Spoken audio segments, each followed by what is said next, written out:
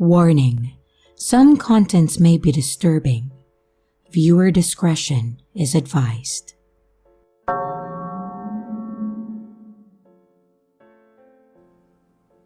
I used to work the overnight shift at a certain 24/7 store that sold a bit of everything. You know that one? It's big, it's associated with the color blue, and a big asterisk for their logo.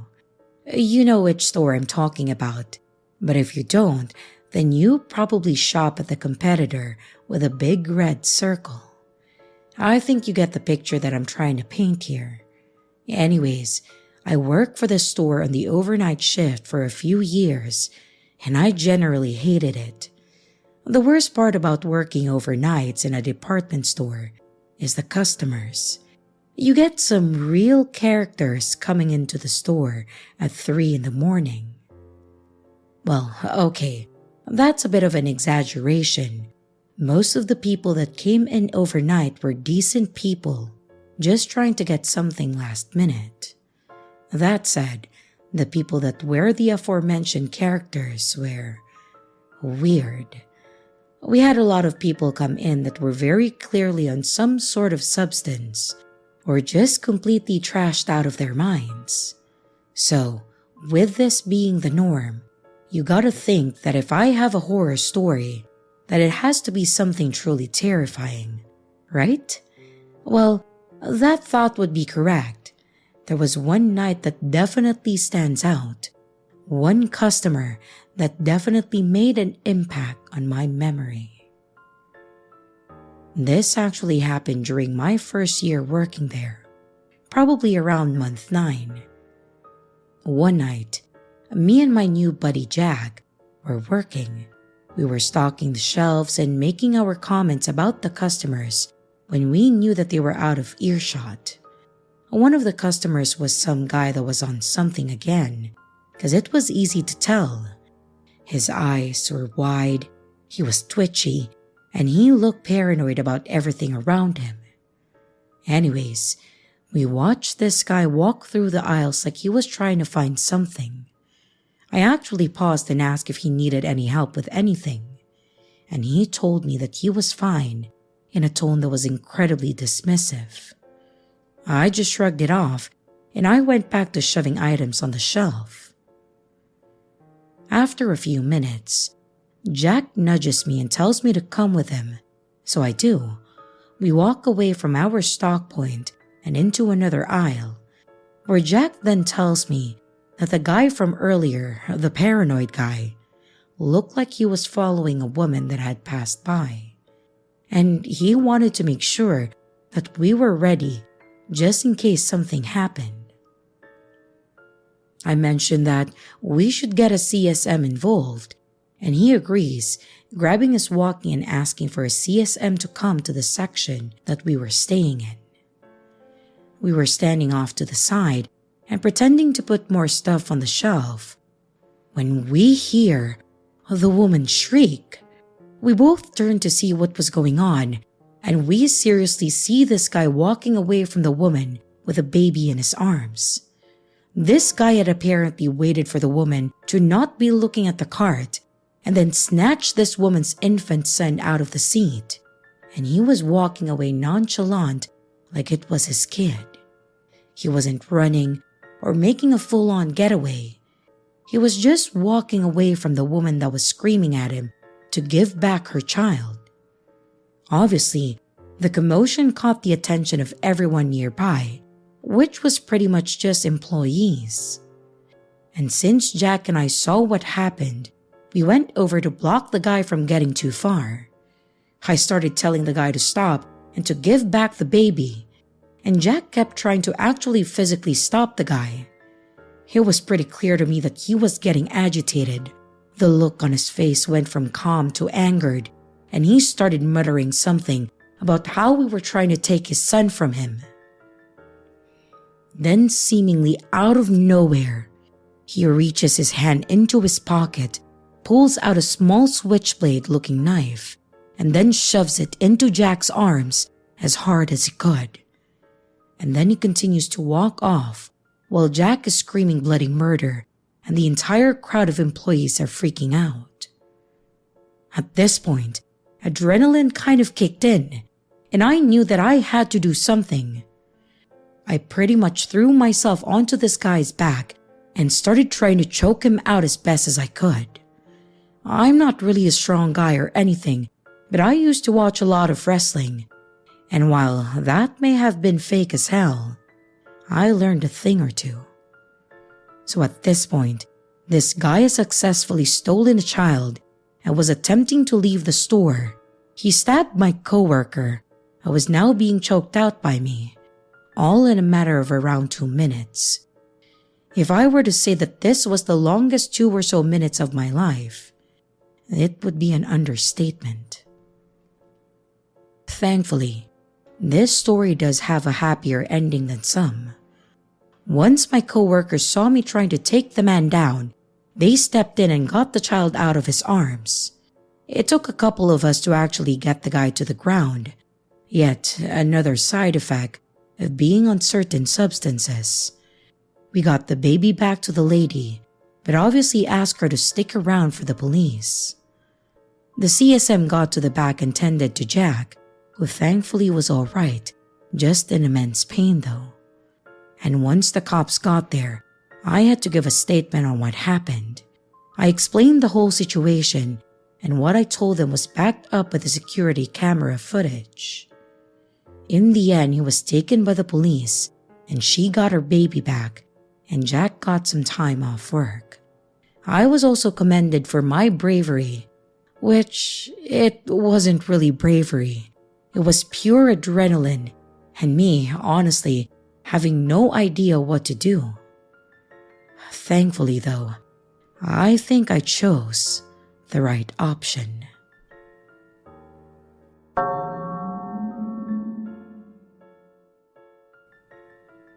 In the early 2000s, I was killing time outside a small concert venue, and it was going to be a while for the band to start. So, I decided to walk around the neighborhood a while and text my friends to see when they were showing up. It wasn't a bad neighborhood, and I didn't feel unsafe walking around. But at night, most things were closed, so there wasn't really anybody else around. As I was walking and looking at my phone, this guy in an SUV, like an Isuzu Rodeo or something, pulled up halfway on the sidewalk right next to me and said something like, "Hey, do you want to ride?" I was slightly startled at first, but I thought that he was harmless. To be fair, I was in my skinny jeans, faux hawk emo phase, and he might have thought that I looked like a male sex worker.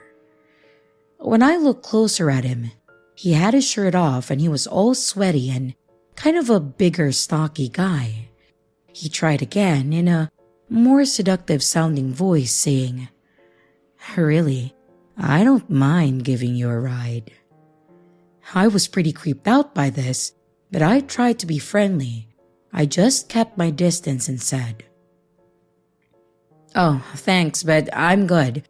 I'm just waiting for the concert to start." Immediately, his facial expression changed from friendly to extremely angry, and then he peeled out down the street so fast that his vehicle was sort of fishtailing. He could have been an undercover cop trying to bust someone for prostitution, or maybe just a guy trying to find a sexual encounter. It was in a city in Florida where there was a lot of this kind of thing going on, but he gave me serious Jeffrey Dahmer vibes after he got angry and then drove off. I got the feeling that if I got in his car, he would have been taking me somewhere and then put me in his fridge.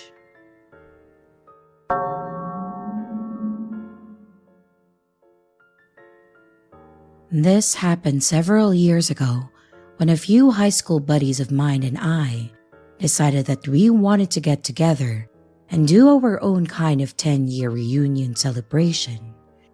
We were never the cool kids, so we kind of just thought that it would be a waste of time to even bother with a real reunion, and decided that a camping trip would be better to fit our interest. We had all kind of dispersed around the Midwest, so it was difficult to get all of the logistics sorted out. But my buddy Ray had a family that lived out west in pretty much the middle of nowhere, but in a really nice nature-laden part of the state. What was even better is that they owned some remote land, and they were okay with us setting up our camp on their property so long as we didn't cause any damage to the natural formations. So it was an absolute win on our part.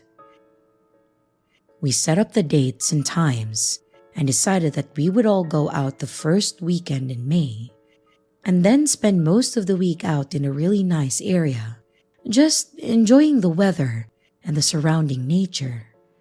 I was honestly super excited to go on this trip as I hadn't seen a couple of the guys since we graduated, though we'd kept in touch over things like Facebook. The logistics went like this. I was going to head out that way by car with my pal Joe. Ray and Mark were going to drive out together, and Brent was going to drive out with Dave. Basically, it was going to be a road trip with 2 of us per car, heading from different locations, and we had a hotel that we'd be staying in for the first night. We were all going to meet up there and then head out to the campgrounds, as that would just make it easier for everyone to go at the same time. Like I said, I was pretty psyched, as this was probably the most exciting thing that I had done in a long time, and I love road trips.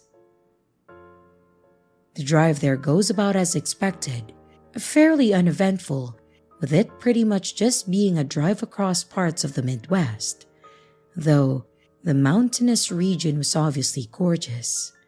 I was the one driving for the first half, and Joe for the second, and we got there in pretty good time considering how far it was. We were the second group to make it to the hotel, and the other guys, Ray and Mark, pulled in a few hours later. We all spent the night at a local bar catching up. We were playing pool and generally just having a great night. After spending a few hours out and just enjoying ourselves, we opted to go ahead and call it a night and then head back to our hotel rooms. When the morning rolled around, we had our fancy hotel breakfast of just add water, eggs, and microwave bacon, then all headed back onto the road. We followed Ray's car, and after about 45 minutes or so, we ended up in the area that pretty much seemed like the middle of nowhere. He parked and then got out. Joe and I kind of gave him a look like, "Are you sure this is where we're supposed to be?" But he reassured us that he knew the area from when he spent the summer with his aunt as a kid. And in the end, all we could do was trust him. We parked the cars and got all of our camping gear out. We then walked a couple 100 yards away until we had all decided that the spot was perfect, and then we started setting up. After a bit of time, we all got our tents set up, and we decided to set them up with the 6 tents in a semicircle, all facing toward where we had parked the cars. Once night started rolling around, we set up our small pit and then lit a fire.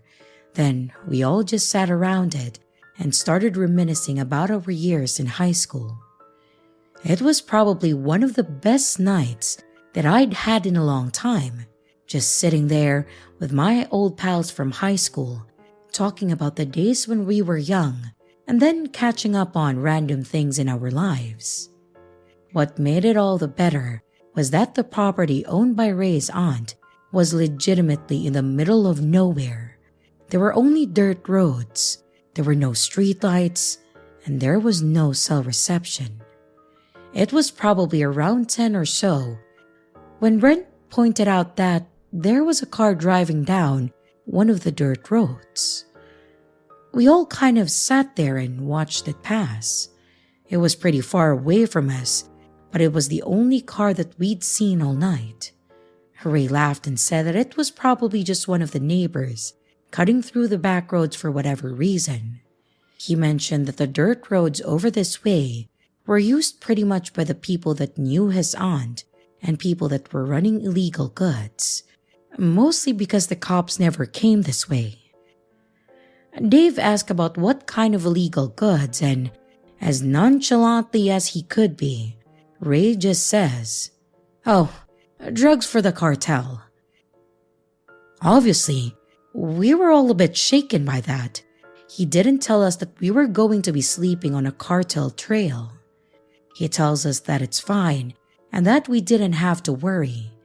His reasoning was pretty much that if they were running drugs across the area, they weren't going to pay them any mind because it would look more suspicious. They would just pass on by and keep going, and never giving us a second glance. Again, all we could do was trust him. After a couple hours of chatting and drinking, after a couple more hours of chatting and drinking the beer that we had brought, we all decided that it would be a good idea to call it a night. We got into our tents, and I was struggling to fall asleep for some dumb reason. I was lying there for about half an hour, tossing and turning, and just generally feeling uncomfortable, when I noticed that there was a light shining in the direction of our tents. I sat up, and I watched it get brighter and closer for a few moments, and then it stopped moving.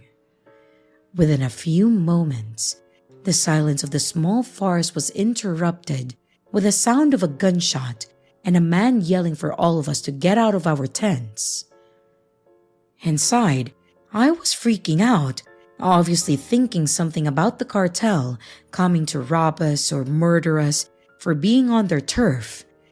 And in my defense, I was tired and a bit buzzed.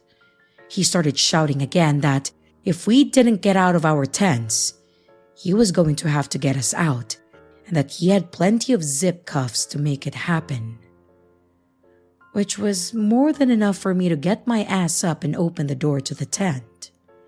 I think the other guys were just as freaked out because everyone else exited their tent around the same time. Everyone except Ray. We all got out, and in front of us was an old man holding a handgun in his right hand and a shotgun strapped to his back. It was pretty clear that he was in control of this situation and that he was going to be ready to take on any threats. I remember him saying something along the lines of, "I saw you boys out here a few hours ago. I gave you plenty time to leave. Now we're going to have to do this the hard way," before he unclipped his collection of zip cuffs.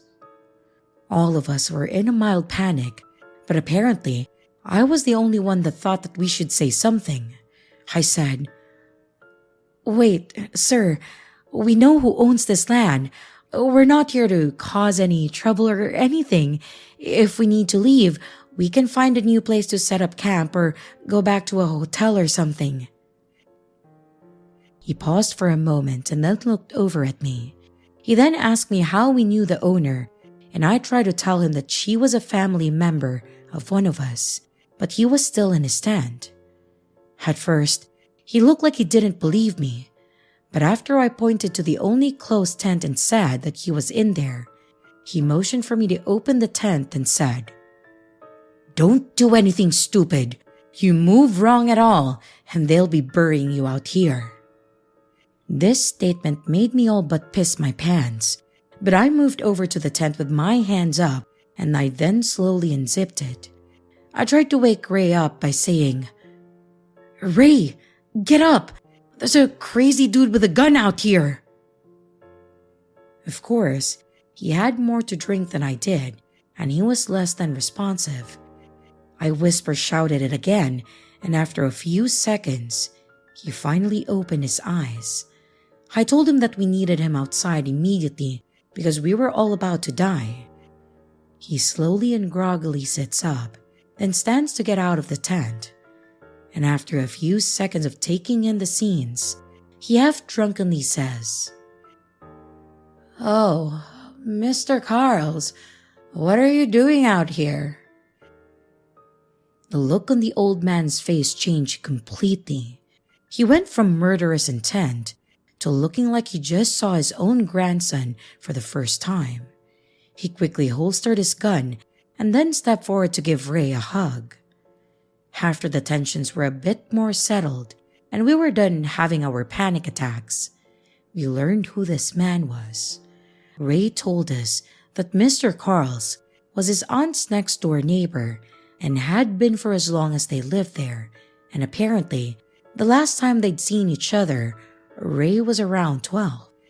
When we asked why he was creeping around on Ray's aunt's property, ready to put a new hole in anyone he saw, apparently, his aunt was out of town and asked Mr. Carls to watch the property for trespassers, a job that the old man took very seriously. Also, his aunt had apparently forgotten to mention to the old man that we would be coming up for our camping trip, so when he saw our camp, he thought that we were going to be there for a little bit and leave, which was a common thing for drifters.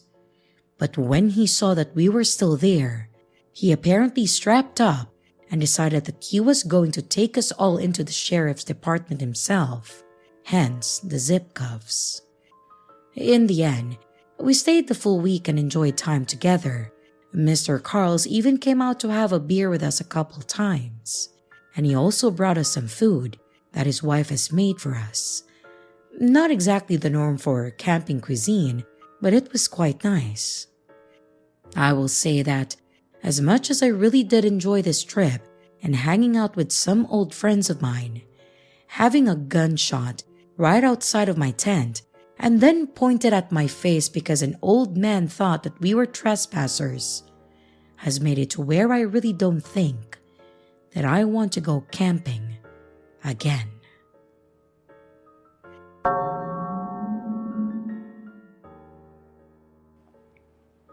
This happened to me while I was still in high school.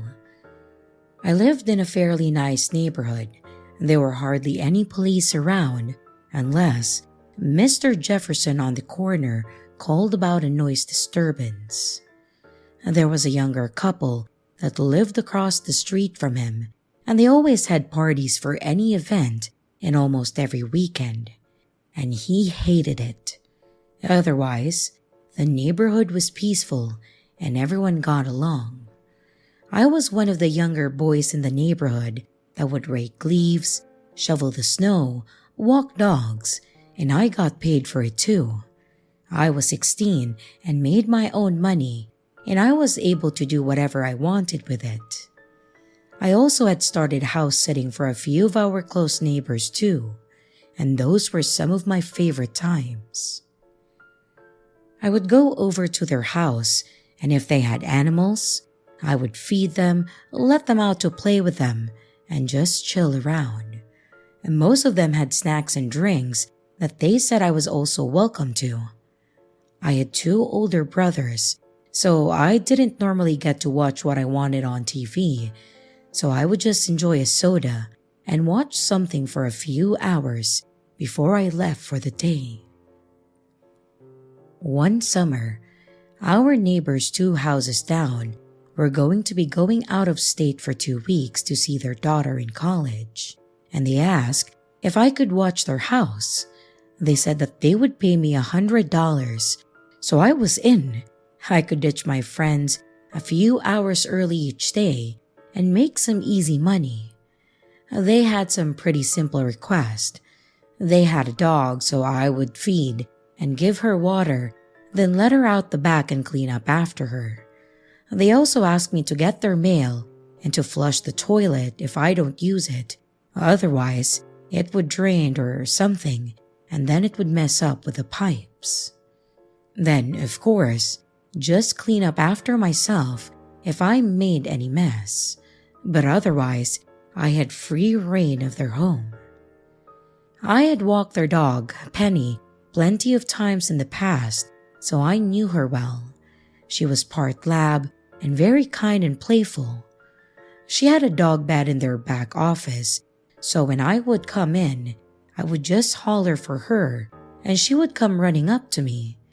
I would then let her out back and we'd play fetch for a while before going back in. The first few nights went as normal. I remember I had gone back over to the neighbor's place for the second time, around 7 or 8 at night, as it was just starting to get dark. My brothers had a few friends over and they were starting to annoy me, so I used the neighbor's place as an excuse to go over there and just get away for a while. I came in, and Penny was already at the door waiting for me. I thought she probably needed out, so I just went to open the door, but she didn't move. She sat in the kitchen and just stared at me. So I just shut the door. I gave her a treat and I went to the office to play a game on their computer just to kill some time. Usually Penny would come back to the room and sit on her bed, but I noticed that she never followed me. I went to see where she was when I noticed her on her back legs trying to look out the window to the back door. I tried opening the door again to let her out, and she just stood there with her tail down, looking out back and then at me. I was kind of annoyed, most likely due to my brothers, but this added to it, so I just shut the door and I tried to push her away from the door. She again would not move. She just fell over and just laid on the floor in front of the door. As I was becoming more irritated, I just gave up and I decided to take a shower to chill out some. While I was in there, I started hearing their home phone ring. Sometimes they would call if I was there to check in or leave a message on their machine for me in case they forgot to ask me to do something. Not thinking much of it, I just made a mental note to check the messages when I got out. While I was drying off, it dawned on me that it only rang like 3 or 4 times, so maybe it was a wrong number. But then I started hearing Penny barking. I got dressed and I went out to see what she was barking at, and I noticed that she was again staring out the window. I went to open the door again when the phone started ringing, so I went and picked it up and it was Mary Ann, the wife that lived there. She started asking me all these questions like if I had a friend over there with me or how long I had been there. I was trying to answer her all the while, trying to get Penny to stop barking, when Mary Ann noticed this as well and asked her what she was barking at. I tried explaining that she had just been staring out and barking at the back window. I then heard her to tell Martin in the background to call 911. That's when she told me that she just called and someone else had answered the phone. She said it sounded like an older guy trying to sound younger like me. She asked who he was and where I was. Thinking that I had brought a friend over when the guy hung up on them. I certainly didn't bring anyone over with me, so she told me to take Penny out the front door and wait out front and stay on the phone with her. At this point, I was freaking out. I was alone, or so I thought. As someone else appeared to have come in while I was in the shower, I grabbed Penny's leash and I finally got her to go out the front door with me while staying on the phone. It felt like I was standing there, looking around to make sure that no one was hiding. My dad and my brothers all ran over thanks to Martin calling them shortly before the cops arrived. I explained what happened the best that I could, and then they walked around the house to see if they could find anyone. They saw footprints along the side of the house that went to the back door. They dusted for prints on the outside knob, but I don't know whatever came of that. They didn't normally lock their back door. They left it unlocked in case they were ever locked out or if their older kids came over when they weren't home. However, they also didn't have a very secured fence to keep people out. You could just lift the metal latch to get in, meaning anyone had access to their yard. They didn't end up catching anyone that night, and I had to have my mom or dad go with me for the remainder of time that they were away. I think they ended up coming back a few days earlier. They paid me the $100 and also gave me a gift card for something. I don't really remember since I had to go through that. Sometime that same year, there was another break-in, and the people that lived there actually came home while they were going through their stuff. They caught the guy though, and it turned out that it was the same one that tried robbing the house that I sat for. The scary part was that the guy had a knife on him. Who knows if he did when he broke into the house that I was in, but it was pretty terrifying to think about. What could have happened if I was still in the office or if I had walked out of the bathroom to answer the phone? On a better note though, they did put up a privacy fence after that and started locking the doors, so my parents and I were both more comfortable with me going over there for future trips. I also pay more attention to Penny when she's acting differently. I think she was trying to tell me that there was someone out there that shouldn't be. So, always lock your doors and trust the dog's instincts.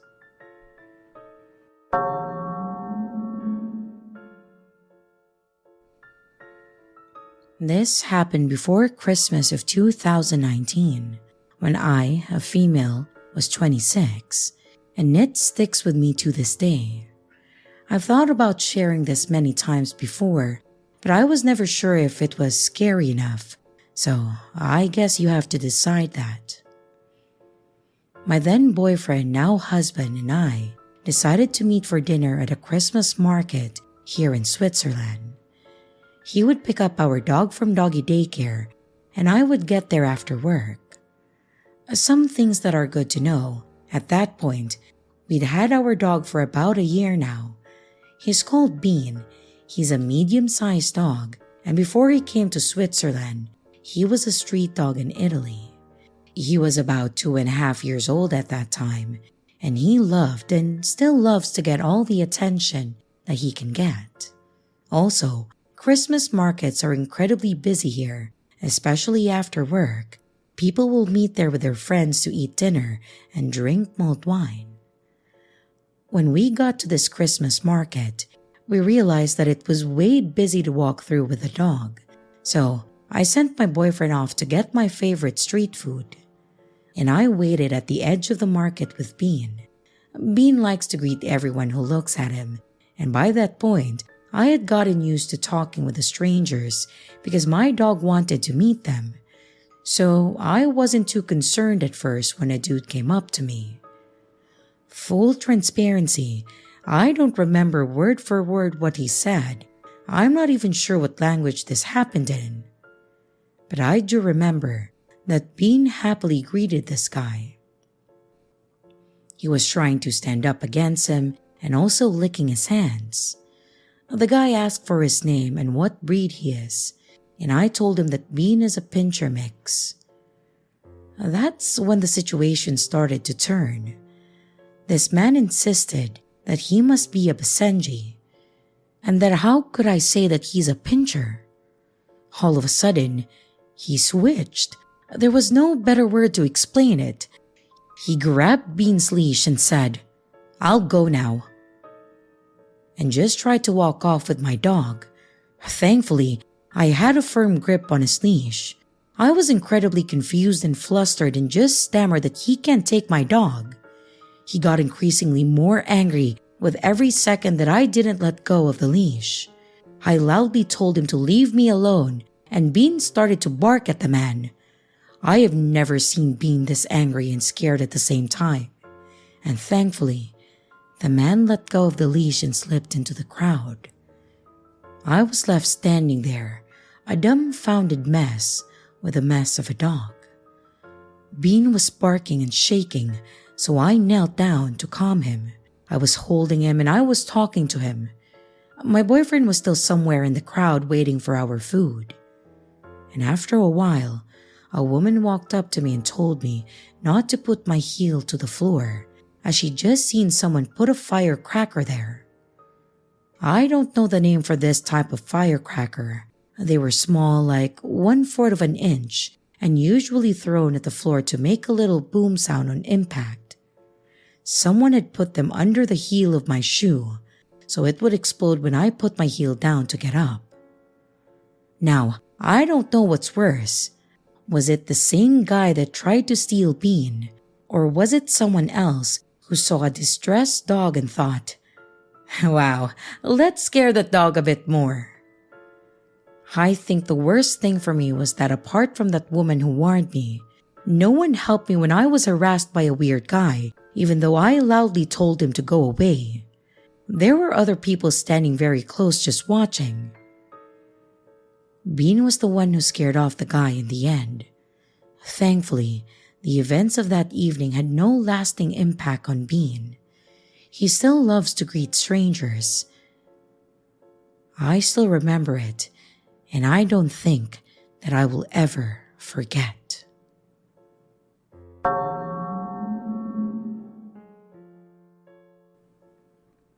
When my parents were still together, my younger brother and I went to a public school for elementary and middle school until they split up. My mom got custody of us and remarried. However, because of my stepdad's job, we had to move. My stepdad, Charles, was a bit too uppity in my opinion, which then began to warp my mother into the same type of person. Because of this, they felt our family was too good for public schools, so we had to go to private schools when we moved. Don't get me wrong, I'm sure there were plenty of kids there that enjoyed it. My brother was still in elementary school, and he seemed to like it, but I hated it. Most of the teachers were really strict. If you were late at all, even if it was because you just had locker troubles, you were sent away and your parents knew about it that night. Thankfully, there were some kids that were like me, forced into private schools thinking that it was a better education and that it would save the troubled kids. We would grin and bear it and then have our fun outside of school. Thankfully, most of our parents felt that we had to be good kids too and didn't question us hanging out with each other. That was our chance to ride on our bikes and skateboards around. We would take turns playing on our handhelds as long as we wanted and just explore places that we shouldn't have. Some of my friends were a little more intense than the others, like bringing alcohol to school. I'd be lying if I said that I didn't partake in any. I suppose it was my way of acting out. I only got to see my dad on weekends and some holidays, and I didn't want to move or go to a new school and then meet new friends. I had to leave that all behind, and like it was no big deal for me. I was never happy about that. So, after school games, we would hang out and enjoy some party time, free of adults. Just to explain a little bit as to where we would hang out, our school was pretty secluded. It had a long entrance and a pretty big parking lot in the front that wrapped around the side and into the back, which is where the buses parked to drop us off and then pick us up. Behind the school and parking lot was our track field, and behind that and on the one side, it was still fenced off by trees and a lot of them. I knew the woods went back pretty far because during one of the track meets, one of the girls on the team, Dana, had gone back there with me and we made out. It was an awesome place to go to hide from others and just chill. They just had a small gate that went over the entrance, so it was easy for us to sneak over it to come and go. At this time, Dana and I had started seeing each other quite regularly. Her parents seemed nice enough, but of course, being kids still, neither of our parents wanted us to be alone. So, the closest alone time that we got was at these parties and track meets. It was a Friday night and we were going to meet our friends at the school to just hang out for a while. The five of us got there, set up our little crappy radio, and Dylan shared the refreshments. We were all just talking, complaining about school, and then laughing at things that happened and enjoying our time there. I think it was about an hour in or so when Dana said that she had to use the restroom, so she was going in the trees and told us not to go in there. I waved her on and we kept talking. I was a bit buzzed at this point and didn't realize that Dana hadn't come back yet till one of the girls mentioned it. We agreed to have one of them go look for her in case there was something wrong. And after a few more minutes, she came back saying that she still couldn't find her. I was just thinking either she didn't look hard enough, or maybe Dana was either hiding or passed out. So I pulled out my little flashlight and I started looking for her. After several minutes and calling out for her to no avail, I went back to see if maybe she had made her way back in. She had not come back. At this point, I was starting to get a bit flustered, first getting mad at them, saying that the prank they were doing wasn't funny. But when their face was just as concerned, was when I started to really get scared. We gathered our stuff and started looking around for her. One of the girls, Tammy, tried to call and text her, but Dana just had a little prepaid phone, so we didn't know how much time she had on it. But both went unanswered. We called out for her, paired up, and still nothing. We ended up making our way to the other side of the trees, which seemed to be a gravel road, but there was no trace of her. At this point, with all of us out of ideas and terrified, we had to call an adult. Tammy called her sister since she was the one that dropped her and her friend off here. We explained to her what happened, and she also suggested that we call our parents. None of that was pleasant. We had to explain what we were doing out there, and we had to explain every detail as to where we stayed, where she went, in full statements. Which also meant our parents now knew. So yeah, I got grounded, but I didn't even care about that. The police were out looking for Dana that night, but they never found her. I know there were rumors floating around about her running away, or maybe being kidnapped, but I just knew that she wouldn't have ran away. She wasn't really troubled. She seemed just like us, but never hinted she wanted to leave. It was about 2 or 3 weeks later when they finally found her. She ended up stumbling into a gas station wearing something like a nightgown, and then they called the cops. Unfortunately, the rest of this is just from what I've heard from the news and rumors. I heard at school that the person working at the gas station that night saw her come in, and she looked disheveled and malnourished, but she didn't say much to the guy other than wanting to go home. She never returned to school, and I never saw her when she returned.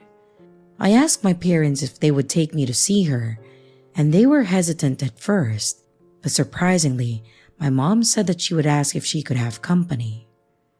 Unfortunately, as I was told when I got older, her parents wanted nothing to do with us, thinking that I may have had something to do with it. I guess the cops didn't though, because I was never brought back for another statement or anything. Or maybe that was Dana reaffirming our innocence. Apparently, she didn't talk about it for a while though. I wouldn't learn what had really happened until I saw it on the news. I started putting the pieces together based on the questioning that some of us students were getting by the police and other teachers at school. It was them basically looking for a person in the questioning of her abduction. The person in question was one of our substitute teachers. School definitely felt different, and even among the teachers, but I didn't realize that may have had something to do with it. He did end up getting caught, sickeningly, him and his wife both. It was stated that Dana was pretty close to them, as she had started dog sitting for them and got to know the couple. That night, he was driving by and apparently Dana had made her way through the trees and he stopped her, and then he put her in his car. He then took her home and they kept her there that whole time. She managed to sneak out at some point and just took off to find help. I felt awful, and at times, I still do, thinking that I could have prevented all of this, but I've gone through counseling since to try and help. I've also since graduated from a different school, of course, but I still have not had any contact with her. I just hope that she's been able to move on and live a happy life since.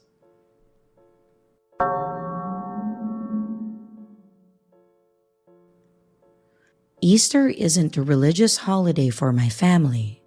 My family tend to give each other a chocolate egg and just hang around the house doing nothing to celebrate it, especially as the younger kids got older and became teenagers. And I was included in this number. There was one Easter event that we used to do that. We stopped it after this incident occurred though. The adults in the family would wake up really early or stay up really late drinking, depending on the night, to hide Easter eggs around the garden.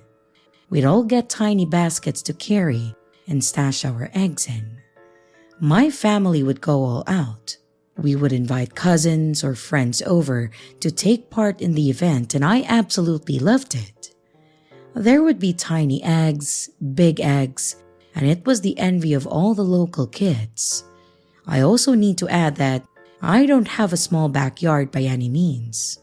I live on a quarter of an acre block, and yes, the Easter egg hunt takes place on it, so we are out there for a long time. There are a lot of trees and shrubs to hide in, and this is important for later on. Like the rest of the kids, I grabbed my basket and then sped off in the hunt of sweet, sweet chocolate. I may have pushed past my younger brothers, and I'm not the first to deny that it's survival of the fittest when it comes to getting the chocolate goodness. At the end of the driveway, I saw a boring-looking man holding a bunch of Easter eggs. He was hiding behind one of the trees talking to himself and laughing. I'd love to say there was something really off about him, but he just looked so average, almost non-threatening. He didn't notice me at first. I was going to call out for the adults in the family that someone had stolen our eggs. But then he noticed me. He told me that he had even more chocolate like this in his car. And I know my reaction is weird, but I just laughed at him. This was one of the weird style of pranks members of my family would play on each other. I know, we all have a sick sense of humor. But he looked angry that I laughed at him, and that only made it more funny. Again, we have a strange sense of humor. He told me to hurry up and come with him. I told him no, and to give me back the chocolate that he stole. He argued with me, and he was getting really angry, like he had to be somewhere in a hurry and wanted me to come along with him. Not a chance. Some of the younger kiddos heard what was happening and came to see what the fuss was all about. It was only when he asked them and tried to grab one of their arms that I knew something was up. I screamed and made as much noise as possible. He tried to tell me to shut up. He offered me money. Then he threatened me and tried to drag me away by the arm. I struggled to get away. He held me so hard that he left marks on my arm, and the rest of my family managed to chase him off. Fortunately, no one got seriously hurt. Now, the outcome of what happened? Well, the police never found the guy. They took statements and the community was warned about him. No idea who he was and haven't seen him since that day. But the rumor around town is that he tortured small animals as a child and was now moving on to human prey. That was seen stealing random items of clothing and trying to spy on women while they changed. It was typical small town gossip that may or may not be true. But either way, no one saw him again. The unfortunate outcome is that now we don't do the Easter egg hunt and we're just given our chocolate eggs. I miss how it used to be something fun that we all did and how one creep managed to change something special. I hate how it ruined a family tradition for us, but better that than one of the kids being grabbed. I worry about what could have happened if one of the more gullible kids came, and I dread to think what that absolute creep's intentions were. The last thing I remembered from it is seeing some chocolate eggs all stepped on and mashed up on the grass. I don't really eat chocolate anymore.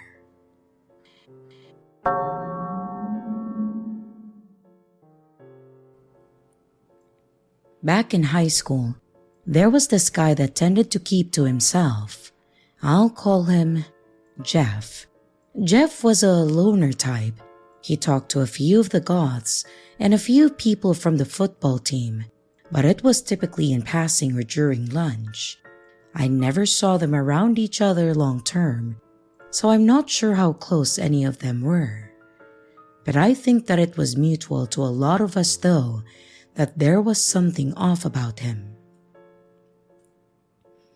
I went to elementary school with Jeff. He was alright then. He seemed like a pretty smart kid though. He was also an only child, so I think being around other young children and having to share and play fair wore on him. I remembered him getting upset when he was told that he had to share the swing or slide at recess time, and when he would get in trouble or be asked to do something, he would occasionally throw a tantrum, throw things and even break things, as a, if I can't play with it, no one else can. I just steered clear from him as much as I could from then on. I didn't see much of him in middle school, but he reappeared in high school.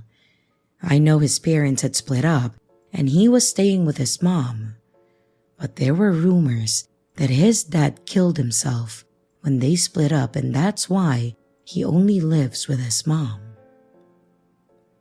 High school was weird. As mentioned, I didn't really interact with him, but I seemed to be one of the people that he recognized from elementary, so he would say hi or good morning to me in passing. We had biology and art class together, and he still had his moments where he would be cool at first, and then something would set him off and he'd get irrationally angry. I remember in biology class, we had to dissect a frog and we were in groups of 3. Of course, I would get paired with him and another girl too. She was the quiet type, typically kept to herself, and she tended to be very direct to the point when it came to group assignments. We had to do some simple tagging for like the heart, the lungs, and etc. Jeff wrote out the tags, and then we all took turns placing them. However, Jeff seemed to really enjoy piercing the organs. He would make sound effects as he pushed them in, or make gross jokes about it. Angel, our partner, obviously was uncomfortable with it. But since I knew him some, I would always tell him things like, knock it off, and come on man, grow up. And towards the end of the class, when we had turned around to listen to the teacher about cleaning up, we were facing away from Jeff. But when we turned back around, we were disgusted to find out that Jeff had cut off the frog's legs and he was playing with them. Who the hell in their right mind would do that? Angel had had enough. I could tell by the way that she screamed at Jeff and then walked out of the room. This got the whole class's attention, and the teacher came over to see. Everyone had to clean up, and I was told to go check on Angel while Jeff had to clean his crime scene. She was okay, but the bell was just about to ring when we walked back in. Jeff was still sitting at the tall table where we were at and was told to stay behind afterwards. And by the look of Jeff's face and the teacher's face, they were both annoyed. Another occurrence was around April 1st. It was a standard day with normal pranks from students and teachers alike. All very light-hearted things and not damaging. But during that week, there was this bad smell growing. At first, we thought it was possibly the sewage. We saw some maintenance people in the restrooms, so we thought something broke. But when they left and the smell didn't go away for another day or so, we had a feeling that it wasn't that. The stench grew worse, and people started making rumors about it smelling like something died. They had to check all of the biology and anatomy classes to make sure that there wasn't something that wasn't stored properly. Class was actually called off one Friday so they could investigate it further. We found out about it when we came back because we were told about it in each class, so I heard the story for 8 times. Somehow, there were several dead rabbits found in the intake vents throughout the school, so they had to remove them. They used cameras to make sure that they got everything. They cleaned and aired it out to finally get the smell out. So in each class, we were asked if we knew anything about it and to tell any of the staff if we did. At first, we were all confused and disgusted, but of course, I had biology for my second hour, and Jeff thought that it was hilarious. He made little smirks and comments about it, and my guess is that he had to have done it or had a part in it. Not to mention, the vents they were put in were in the boys' restrooms, not even the girls. So I'm pretty sure that he ended up being punished for it. I don't know if he admitted it or if they had proof somehow, but he was out of school for a bit shortly after that. One of the last horrifying memories that I have with him was in art class. One thing he had going for him was that he was a fantastic artist. With just about every medium, he nailed it. He was good with acrylics, charcoal, and even with things like paper mache. However, a lot of his work was dark or displayed nudity. He was detailed with it though, like it was actually artistic and not just lewd, which is why I think he got away with it. He was told not to make it so obvious, but otherwise, unless there was a specific topic or theme, the teacher let him make whatever he wanted. There was one project where we had to take an old book and do what we wanted to make it our own art. Some people glued or bound the pages together and carved it into something else. Many made theirs into their own art book, almost like a personal portfolio. Well, Jeff made his into a very graphic flip book in a way. I remember looking at it when they were on display in the classroom. Some of them were displayed in the art window, but the ones that aren't as good, or in Jeff's case, a bit inappropriate, they were displayed in the room. At least the teacher was respectful to others' work. I could appreciate that.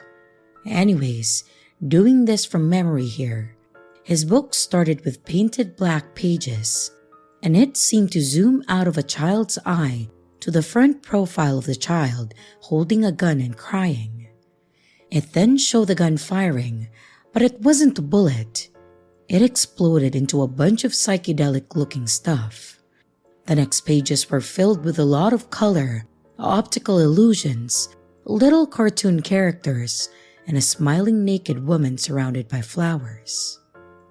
That somehow changed over to a man with his stomach bloodied, and then zoomed into the man's eye and was blank for the rest of the book. It was crazy detailed, but also disturbing. I always wondered if it had something to do with his mom and dad, but I would never know. That was the horrifying part. I just wanted to share the book because it was so crazy. One of the other projects that we would have was for the final.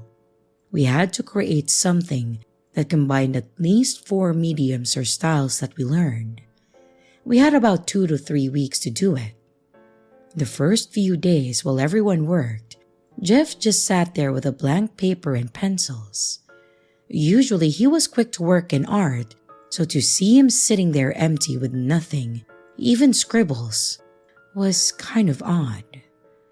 On the last week we had left, he was still sitting there, but this time he had a glue, scissors, and a canvas.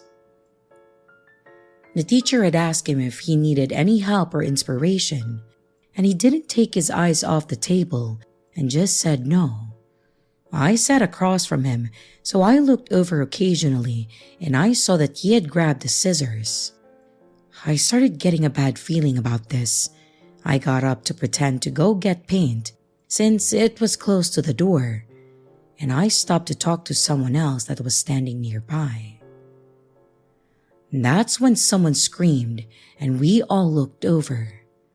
Jeff had the scissors up to his head and he was cutting his ear off. There was blood everywhere and he just kept going. Several people left the classroom and I just stood there in fear, not knowing what to do. The teacher started shouting at him to stop and to drop the scissors, but he kept going.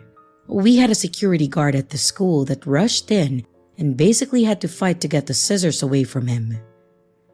And once it was all said and done, they had an ambulance come to get him, and the janitors had to go in and clean the room.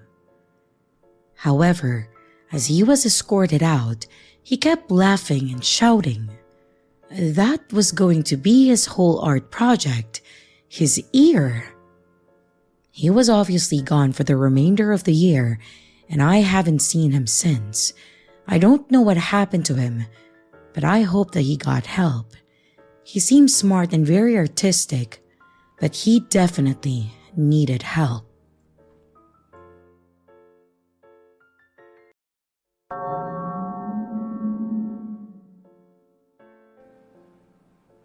My wife and I have been married since the middle of 2005. I know this because this story took place during our honeymoon, which was in July of that same year. Unlike most couples that want to go to Hawaii or some other fancy place for their honeymoon, we decided that we would do a road trip to Yellowstone and wanted to see some of the vast empty parts of Wyoming. There may not be much there, but it's still a gorgeous area to visit. Plus, since we live in the panhandle of Oklahoma, it was a pretty good drive up through Colorado and to the northwestern corner of the state. The highway that we took had us driving straight through Denver and then to the border and then into the Rawlins area of Wyoming. Now, if any of you had driven through Colorado and into Wyoming, you know that Colorado has the most beautiful of scenery. And while Wyoming is also absolutely gorgeous, there is damn near nothing anywhere. You end up on the highway, and you drive and drive and drive, and you just keep going until you hit the next established area. There is the occasional rest stop, the gas station, and then a few areas where you'll see houses. But for the most part, there's just nothing there, making it the epitome of middle of nowhere. A lot of the trip from Rawlins and northwest of there's practically nothing to see until you start hitting the open areas of the forest. The situation that I'm wanting to tell about actually happened outside of the National Forest area, in a part of Wyoming where there was nothing but highway. Highway 287 to be exact. We were driving making good time on our way out to Yellowstone is mentioned, when something caught my wife's eye. I was paying attention to the road, and she nudged me and asked if I saw something burning up ahead. I did, but I assumed that it was just a controlled brush fire and that they were burning off dead grass by the side of the highway. My wife then basically told me that that wasn't likely the case, as there were no firefighters stationed nearby, and they typically don't do controlled burns on small sections like that. She then mentioned that I should stop and we should put it out. Her thought was that someone may have thrown a cigarette out the window and the brush had slowly caught fire. It made sense to me, honestly, and I have a small fire extinguisher in my car at all times, so I agreed with her. I slowed the car down and I pulled over to the side of the road and a little bit behind the fire. I then unloaded the fire extinguisher from its holster in the back. She then gets out and asks me if she should call the fire department to at least let them know it happened and that we put it out. I told her that that was a good idea. That way, they didn't drive by and think that we were the ones burning stuff. But as we approached, things got a little weird and pretty fast. The closer I got, the more I noticed about this seemingly innocuous fire. First thing I noticed about it was that it wasn't burning in a random spot.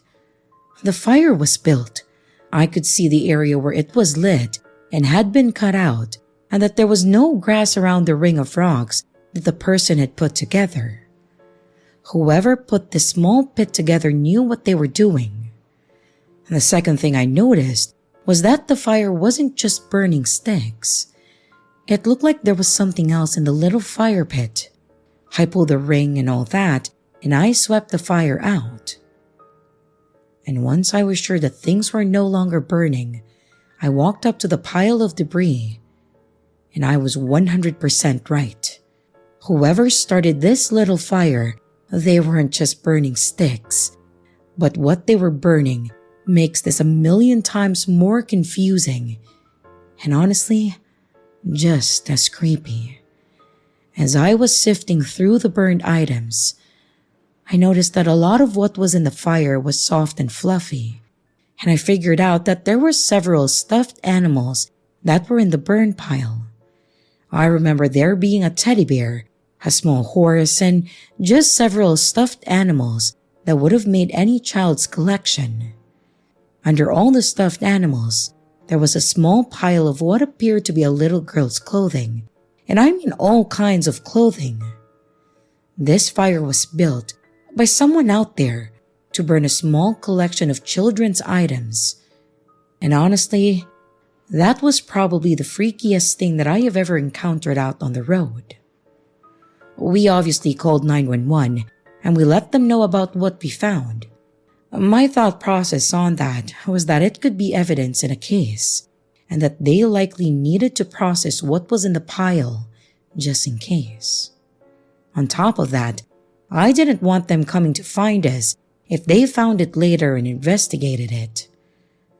The highway patrol showed up and they took our statements and pictures and did all the basic runs of our information and then let us leave after when he was satisfied that we had nothing to do with it.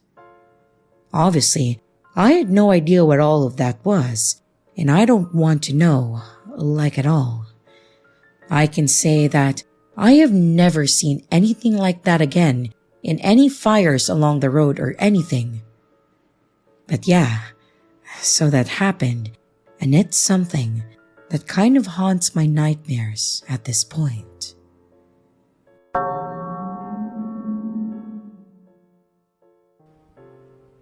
This happened to me a few years ago, and I've learned my lesson.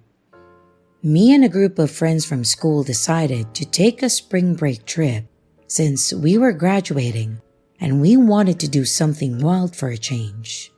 We settled where else but Florida. Beaches, drinks, and whatever else it brings us.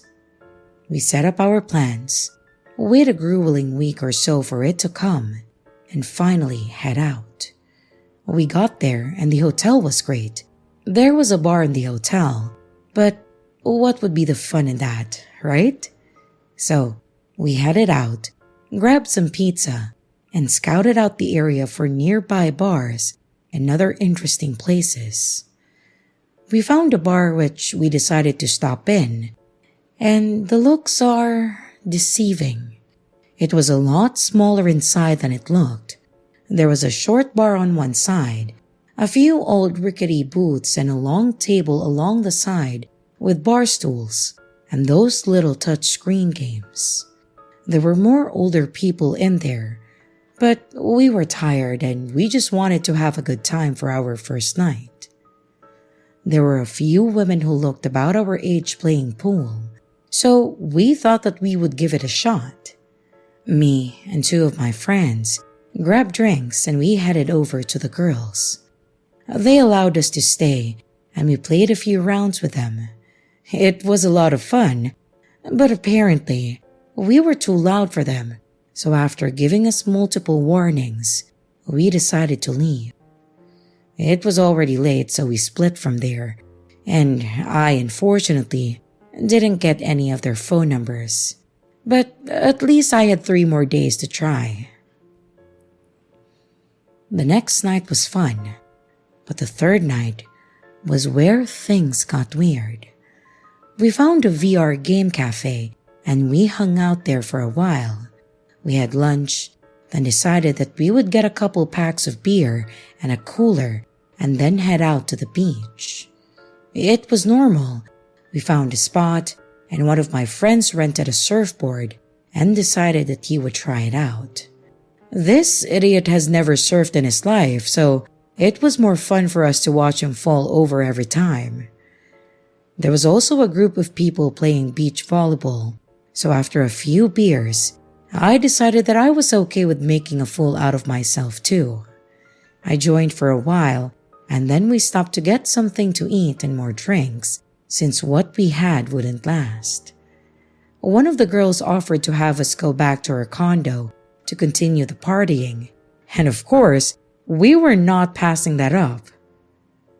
When we got there were already a few people. That was a blast from what I remember. I know we had more shots, games, lots of stupid dares, but that's about all I remember from that night. The next morning, I woke up under a tree in a parking lot of a thrift store. The only thing I was wearing was my swim trunks, and I had a set of keys in my pockets that were not mine. My scalp also seemed really irritated, and that's when I realized that my hair had been colored blue. It was coming off on my hand, so I figured that it was the spray stuff, but I still don't remember any of that happening. I tried to look around and place myself, but I didn't recognize any of the buildings or street names.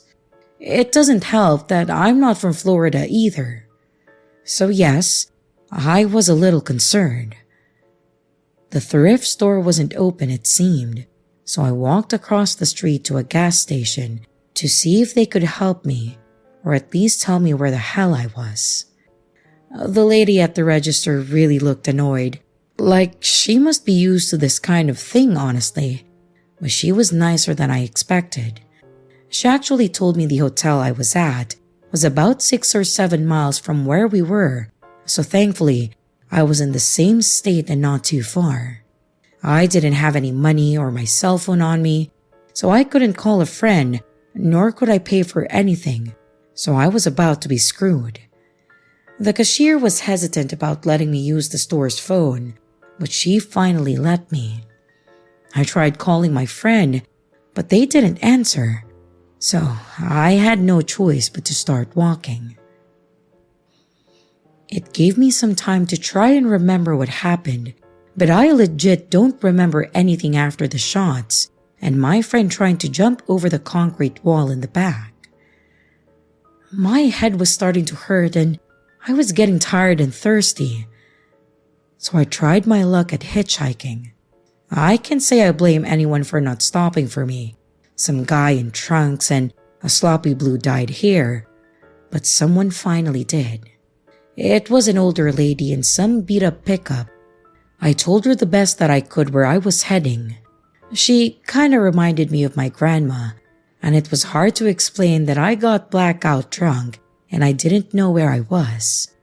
She was nervous, of course, but ultimately told me to ride in the back of the bed and she would take me to the hotel.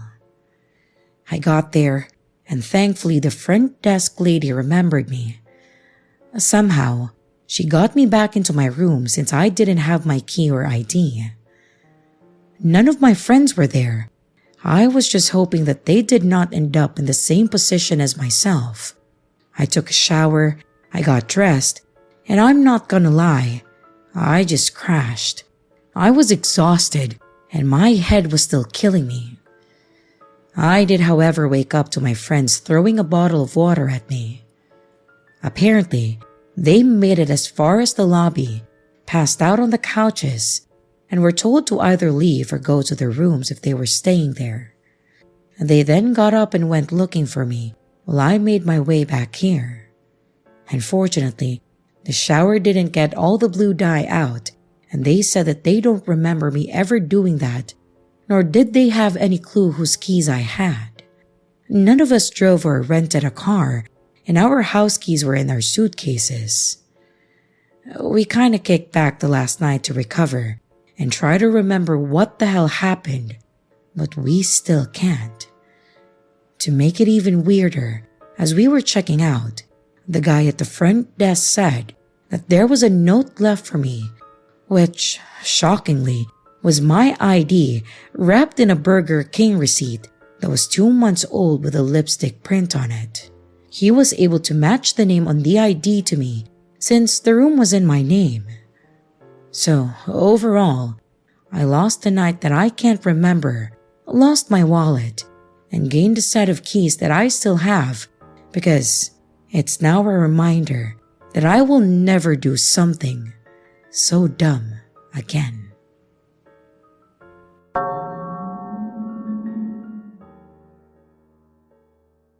About 2 years ago, I lived in an old house outside of city limits in western Alabama. Wild hogs are considered a nuisance in this part of the country, and thus a year-round game. The land wasn't mine, but it was legal hunting ground, so my landlord gave me and my friends explicit permission to take care of any hogs we came across. So a lot of the time, especially during the winter when this encounter took place, I was posted up on my back porch with a cigar and a gun, either by myself or with company. This land wasn't very clear.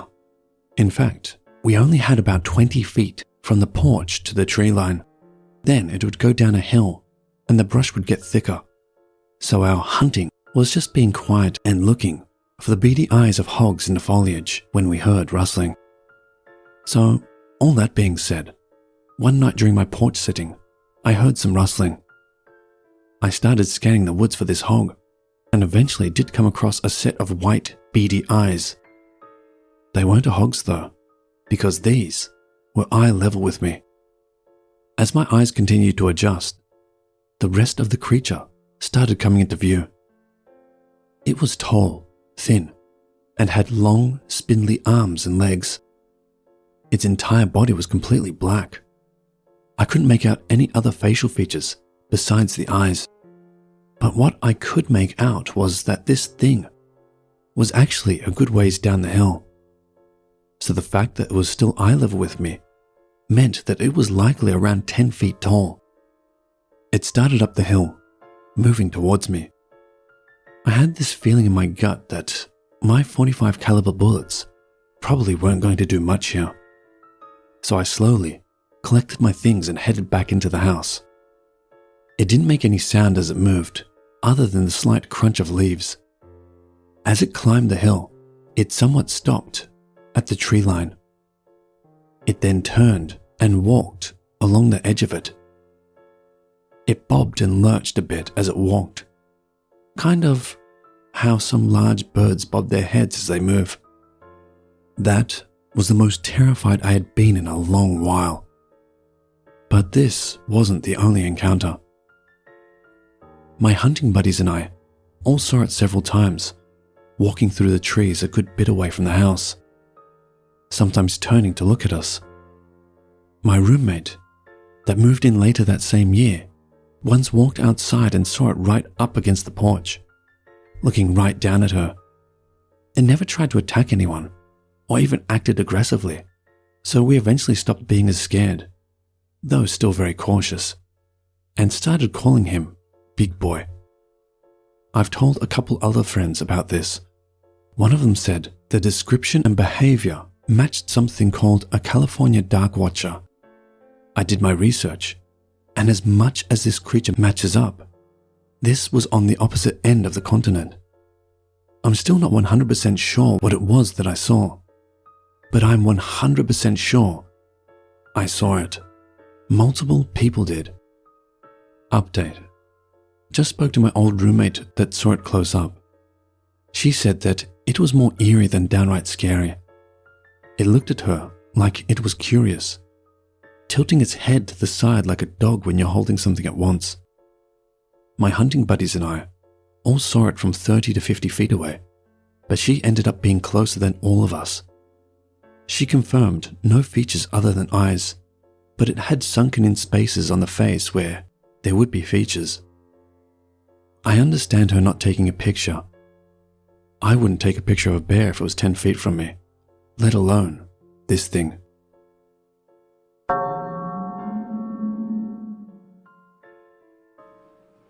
I grew up in a very busy family.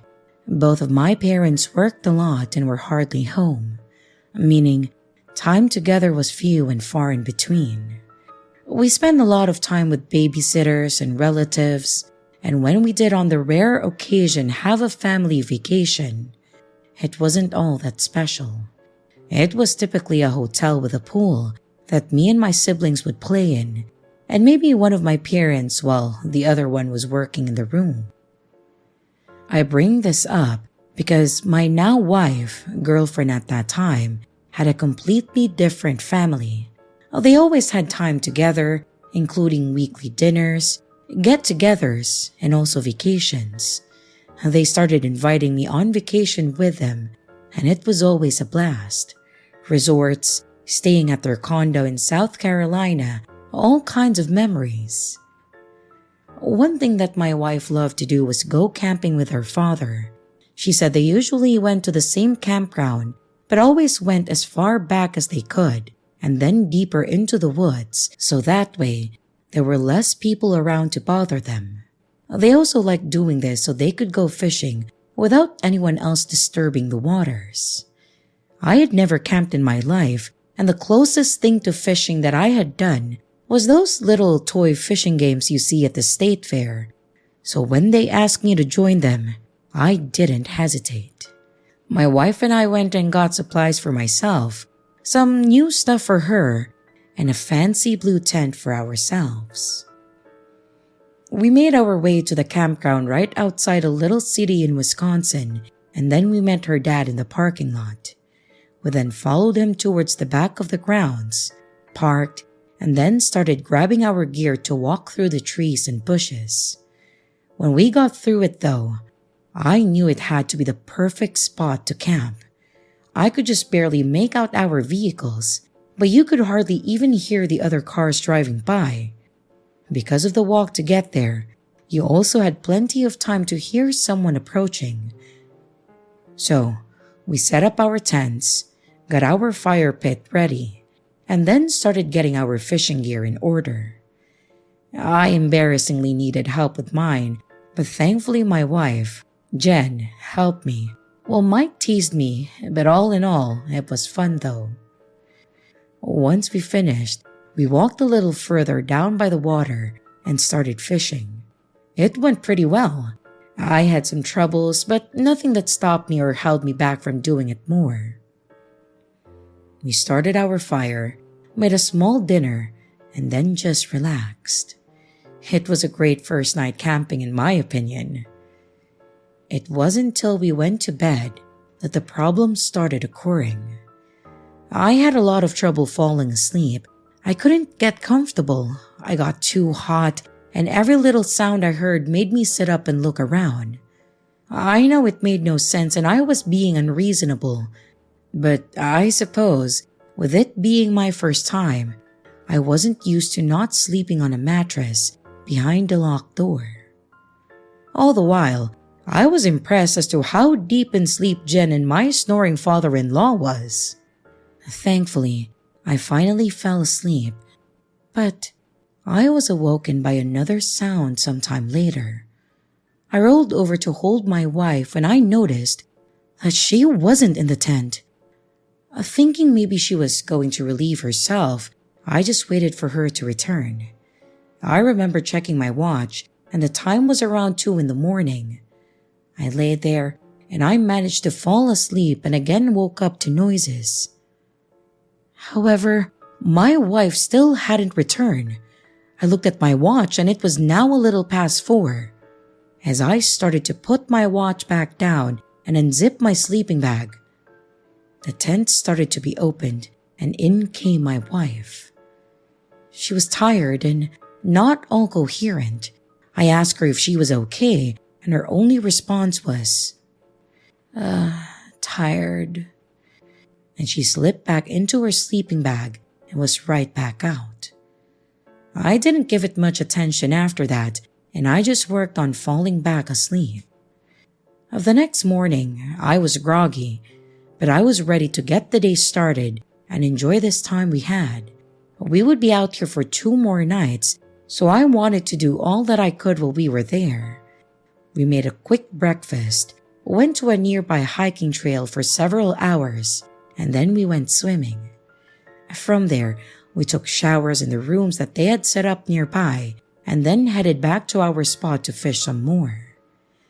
I did better this time around, and with all we did, I was hopeful that I would crash that night. And I did. I was out pretty quickly, but I woke up when I had to use the restroom. As I rolled over, I noticed Jen wasn't in the tent again. I checked my watch, and it was around 2 a.m. again. I thought it was just a coincidence, but I sat up, waiting for her to get back so I could go out there. When she didn't return for several minutes, and with it getting harder for me to hold it, I finally just got up and went out. I grabbed a flashlight, walked straight from the entrance to our tent and then through the trees, a little ways over, and took care of my business. As I was walking back, I was trying to look to see if I could find Jen. I saw our tent, our fire to the right, and then Mike's tent on the other side, facing the opposite way of ours. But there was no Jen. I started walking around the pit to see if she was over by her dad's tent, when I noticed a light coming from the ground facing away from the tent. I started approaching the light, which already had me panicking as it was towards the dense trees, so it made it look like there were a lot of people standing there. After reasoning with myself that they were just trees, and that's when I noticed that they weren't all trees. Jen was standing there, tall, not moving, looking slightly up towards a tree. I picked up her flashlight and I asked if she was okay. No response. I walked in front of her and I noticed that her eyes were wide open, staring into this tree. I looked up into the tree to see if I could see anything, but there was nothing there. I then looked back at her, put my hand on her shoulder and said her name. She didn't respond. It was weird, and I didn't know what to do, so I just told her that I was heading back to the tent, and then I walked away, looking back at her every few steps.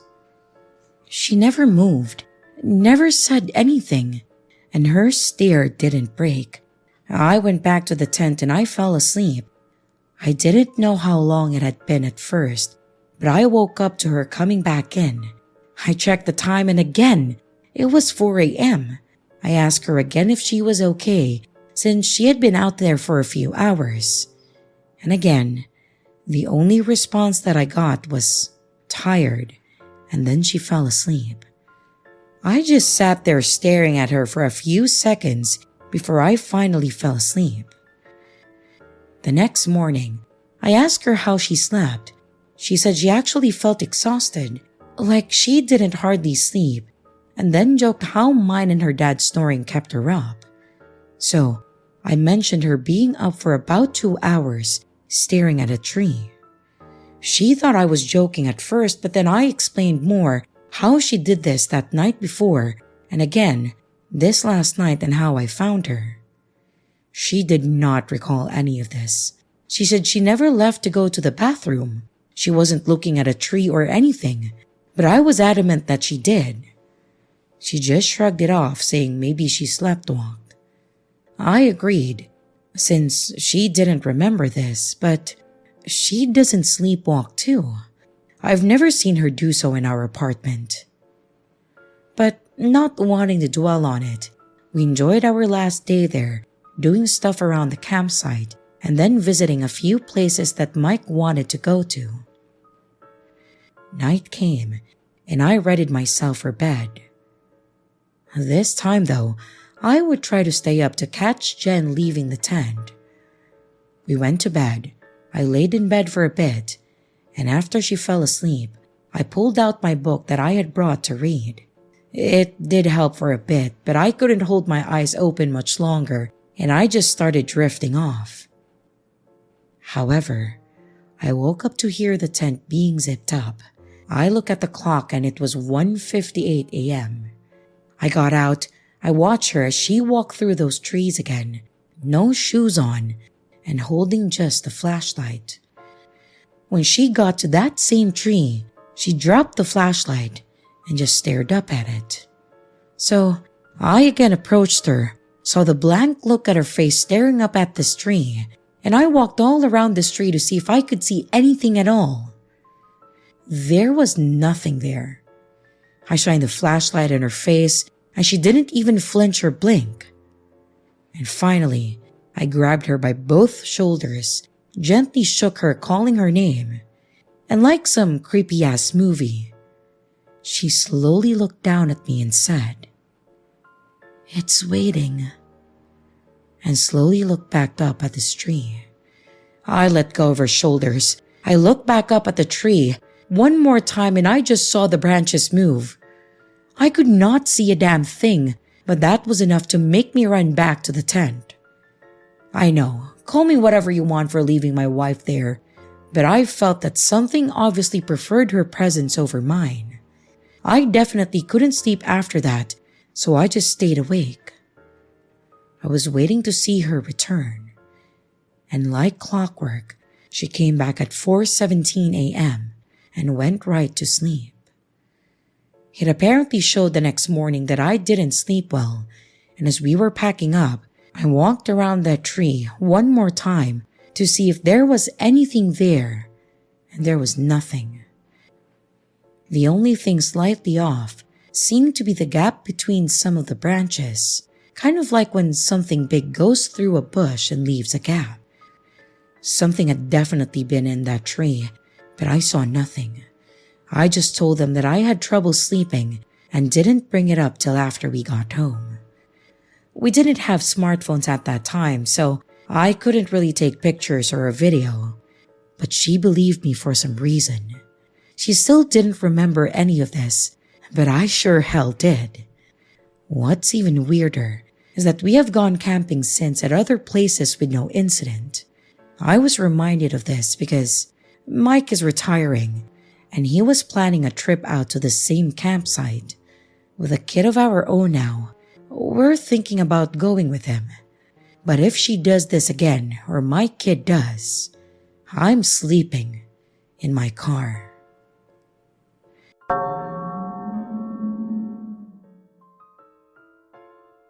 "5 years ago, I was transferred from Saitama to Atami due to a change in the company that I worked at.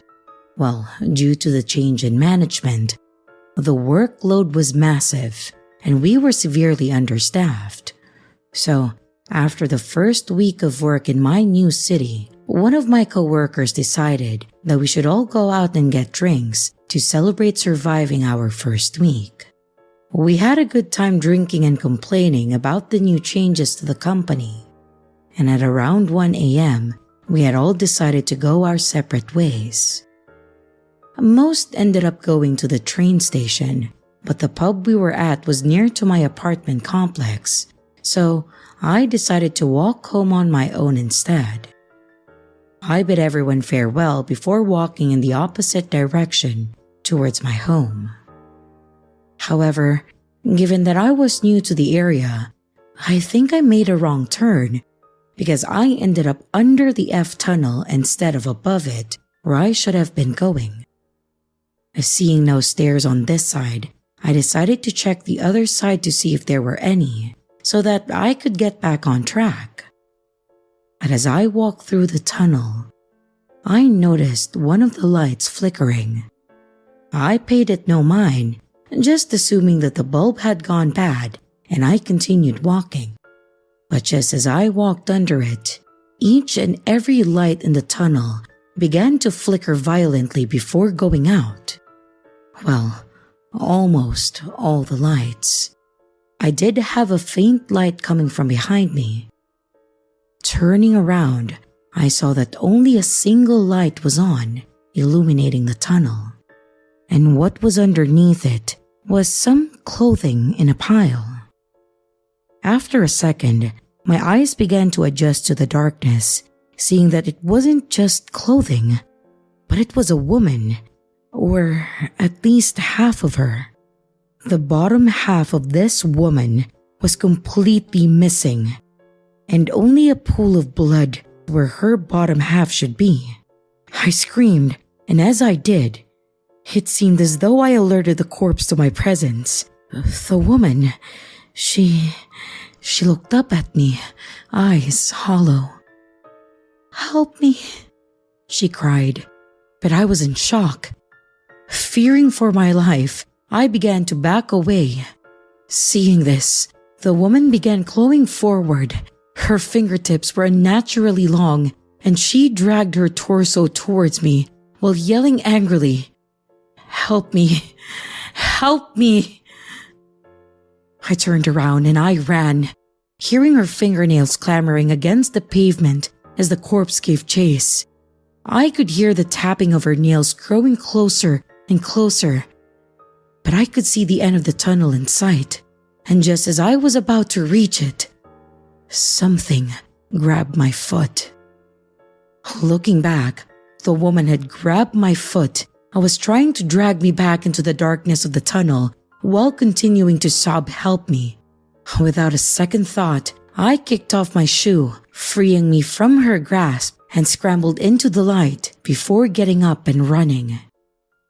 As I finally looked back, I saw the F tunnel fully lit and my shoe just at the end of the tunnel. I did not try to get my shoe back. I backed away from the tunnel, keeping my eye on it, taking a very long way back home, as I didn't have the courage to walk over top it as I originally intended. And once I got home, I didn't sleep until late the next day. I never tried to get my shoe back, mainly because I never went that way ever again. I don't know what would have happened to me if I stayed there, and I don't intend to tempt fate and find out.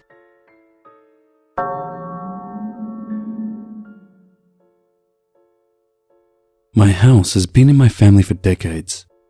A side house from the main farm home that's on the main part of the popcorn farm I live on in southern Michigan. I've always felt watched in my house, even when no one else is at home. And I guess, with this experience, I got a first-hand look at why I felt that way. Back in the winter of my sophomore year of high school in 2018, I had just gotten home from a basketball practice that ran late. I did my normal routine of jumping in the shower and going straight to bed, just because I had school in the morning, even though I was as wide awake as could be. My older brother was at work, and my parents were shopping for Christmas shopping, about 15 to 20 minutes away. I got an overwhelming feeling of dread after I got out of the shower, like something was on the other side of the bathroom door, waiting for me. and when I slung the door open with all my courage, nothing was there. But I only got more anxious, so I ran to my bedroom, just an immediate turn left. I jumped in bed and chalked it up to being my normal anxiety of being home alone, even though I know it felt like more than just that. I got into some boxes and laid back in bed and watched some YouTube on my phone.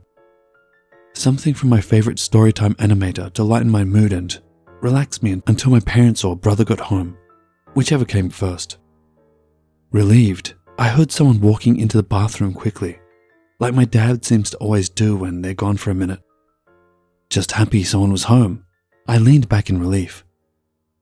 Just to my right was a small bedside table, about a third of the height of my laying down flat on my bed to the top of my door, so I could still see anything above it easily, and about 3 feet wide, so that's about all that was between me and the door. As soon as a knock came, I felt the feeling of dread, stronger than I've ever felt before, immediately knowing something bad was going to happen. The door creaked open, enough for what I thought was my mum to fit half of her small 5'5" figure through. I asked, "Mum?" in a confident tone. This figure just stared down at me, laying in my bed. Realizing this just wasn't a silhouette of my mum, it was dark, like I could visibly see it with only the moonlight illuminating my room. I proceeded to ask, "Lane?" My older brother, who by no means has a figure of a small woman, he's 6'2". It's just what came out of my mouth, hoping it was him, because who else could it be? The figure, being as dark as it was, shook its head no, slowly, and slowly slipped out of the door and shut the door behind it. After maybe 10 seconds of silence, I sat up, confused and scared. I opened my door, thinking it was my parents messing with me, but their bedroom is straight across from mine, and their room light was off, as was the hallway and the rest of the house, like no one was ever there. I walked out into the kitchen, and there they were, walking in, with arms full of grocery bags, and I asked them if they had come into my room. They said they had just walked in from shopping, and to help them with all they had left. I don't talk about this experience much, only with one other friend about 3 years after this experience. I felt as if my regular anxiety somehow willed this thing to me, like it wanted to mess with me.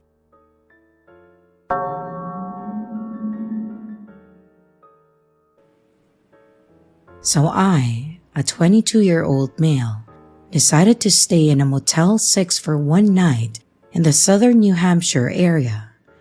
I had back-to-back hospital shifts, so it wasn't worth it to drive 45 minutes back home just to do it again 6 hours later.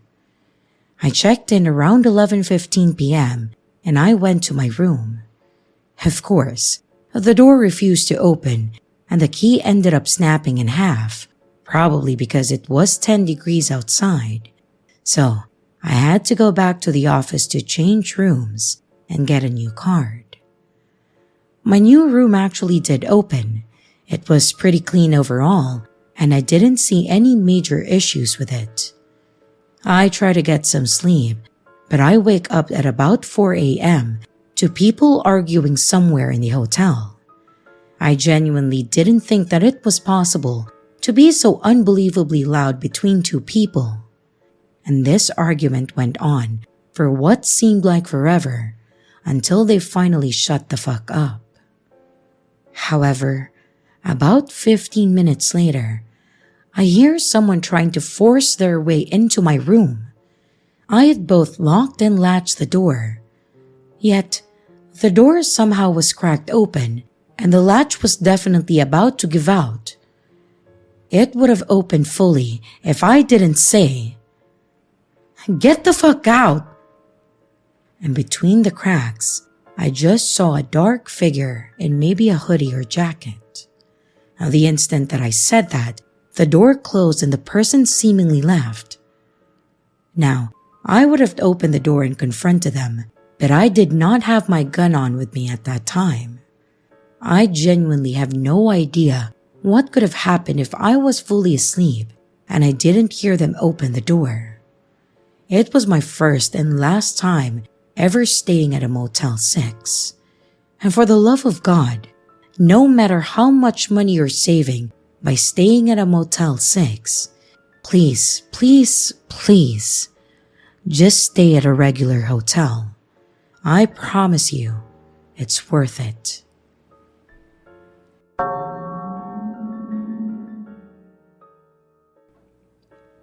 I'm not sure if my story belongs here, but I've always been creeped out by it.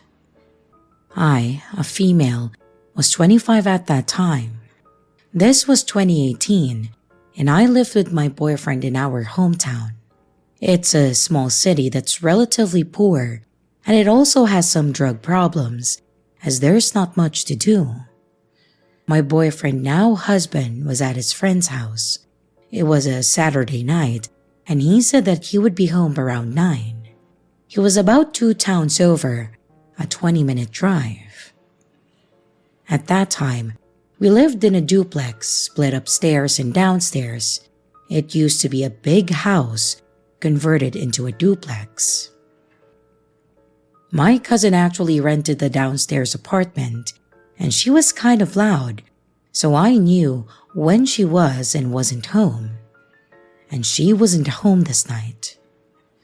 The way our street was situated, the backs of the houses on my street and the parallel street all faced a narrow alley, and the driveways were mostly only accessible this way. The downstairs unit had a front porch with a door and a side door, and our upstairs unit had a back door, and it was at the top of an outside set of wooden stairs. So anyway, I'm home watching TV alone, and I hear someone coming up the stairs and then knock on the door. It's 8:30 at this point.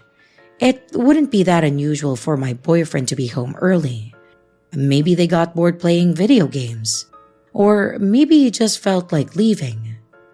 I usually would unlock the door for him when he came home instead of him using his keys, because it was dark and it could be a hassle. So I got up and I opened the door to someone who was not my boyfriend. It was a pretty thin man wearing 2 big jeans and a hoodie. He had about 4 teeth, and he was teetering back and forth. I was so shocked considering that I was positive that it was my boyfriend coming home.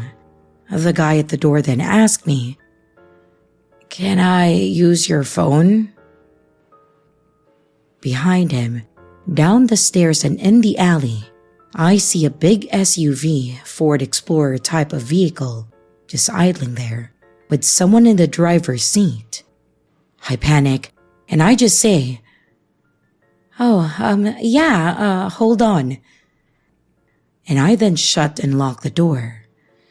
I think I was more shocked that it was a stranger at my door and not my boyfriend than anything else. I hide so he can't see me through the front doors and windows, and I'm just frozen. Something was telling me that this was not okay. And after a few minutes, I hear him start walking down the stairs. I go over to the door and see the car drive away down the alley. I call my boyfriend and I tell him, and he says that he'll leave. But like I said, it was a 20-minute drive and he was about to leave anyway. After he got home, I calmed down and honestly felt silly. Why not just lend him my phone, right? Was it really that weird? But then I thought about it more over the next few days. It was 2018. This guy and whoever was driving, between the two of them, neither one had a phone? And it wasn't like they were having car trouble. What would they want a stranger's phone for? They also went down an alley and to the back side of a house, up some stairs, to ask for a phone. They didn't go to my cousin's front door downstairs, or I would have heard someone on the porch. They did not go to any other house, because I saw them leave the street entirely. Also, why go to a house to ask for a phone when there was no car in the driveway? And of course, our battery-powered security camera was dead at that time. I genuinely am not sure what they wanted. If anyone has any idea or thinks I'm just overthinking it, please let me know. But creepy guy at my door, let's not meet again.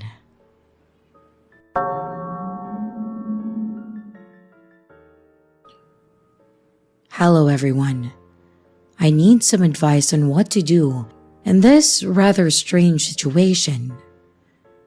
Last night, after a party, a guy who is a friend of a friend offered to drop me home. I was hesitant and I wanted to book an Uber, but he insisted on driving me. The problem was, I was feeling quite drunk and out of sorts.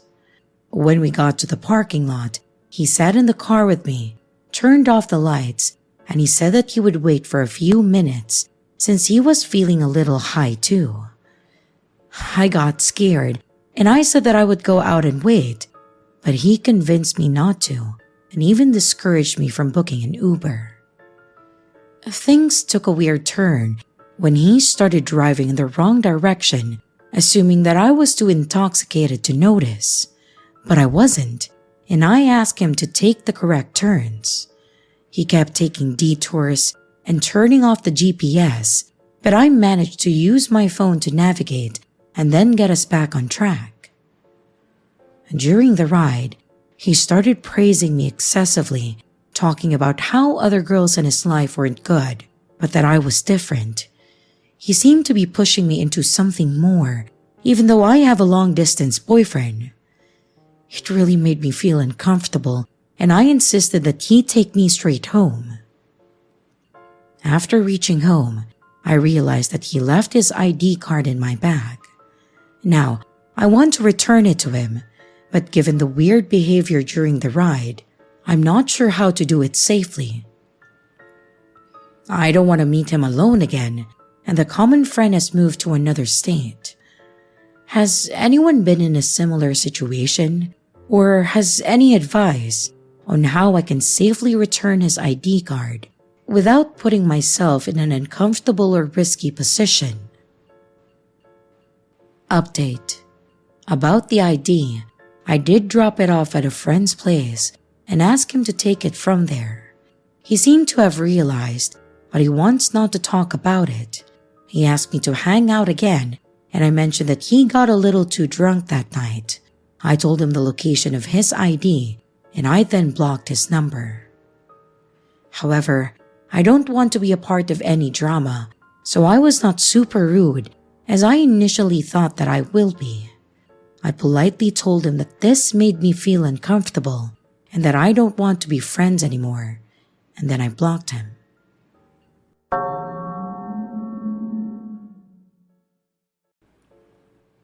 Hi, I thought that I would share my experience in case anyone's been through something similar or maybe has an idea of what kind of scenario I was dealing with. I was driving home from the gym at night and I pulled up to a red light near a local courthouse. I noticed the driver of a white Jeep one lane over staring at me. He was an older guy, I guess late 40s to 50s with long sideburns.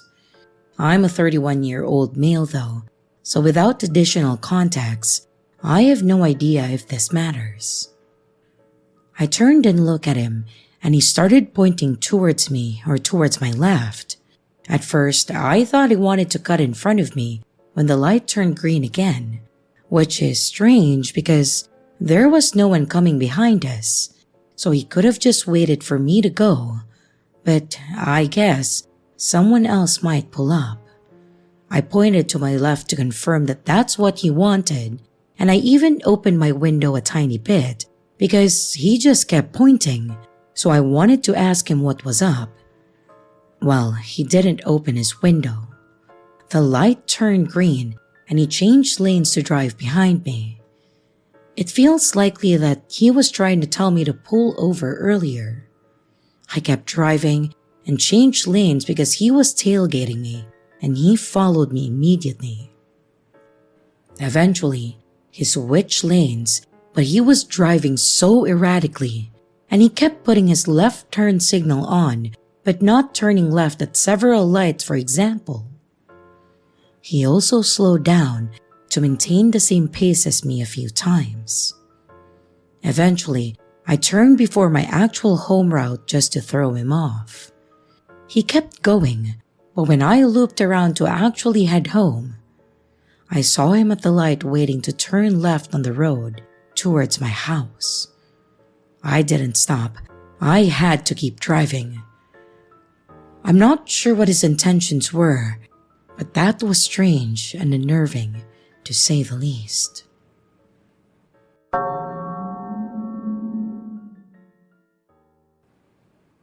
Recently, there was an Amber Alert, and my daughter was asking me what that beeping sound was all about.